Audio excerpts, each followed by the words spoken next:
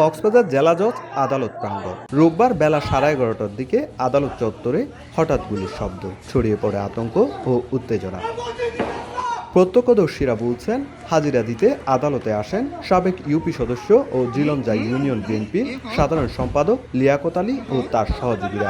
আগে থেকে আদালত প্রাঙ্গণে অবস্থান নেয় দুর্বৃত্তরা। লিয়াকত আলী ও তার সহযোগীরা আদালত চত্বরে পৌঁছাতেই তাদের লক্ষ্য করে গুলি ছোড়ে সন্ত্রাসীরা।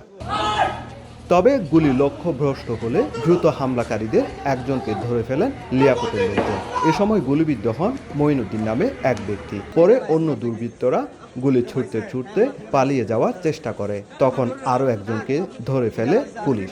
আমি বাইক নিয়ে বাইকে উঠছি, মেম্বার গাড়িতে উঠবে, ওই সময় গুলি করতেছে মেম্বারকে। তারপর আমরা 4-5 জন ছিলাম, আমরা বাইক দাম করে ফেলে দিয়ে ওদেরকে ধরে ফেলছি, একজনকে ধরে ফেলছি বন্দুক সহ।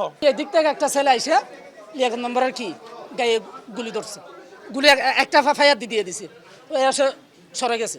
এদিকে কারা এই হামলার সঙ্গে জড়িত এবং হামলার কারণ খতিয়ে দেখছে আইন শৃঙ্খলা বাহিনী। আমরা তল্লাশি অভিযান অব্যাহত আছে, আমরা 2 জন আটক করছি।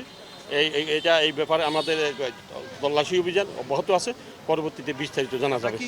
আদালত প্রাঙ্গণে প্রকাশ্যে গুলিবর্ষণের ঘটনায় সাধারণ মানুষ, আইনজীবী ও বিচার প্রার্থীদের মাঝে আতঙ্ক ছড়িয়ে পড়ে।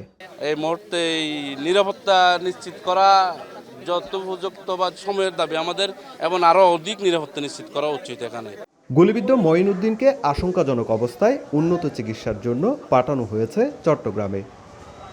সুজাউদ্দিন রুবেল, সময় সংবাদ, কক্সবাজার।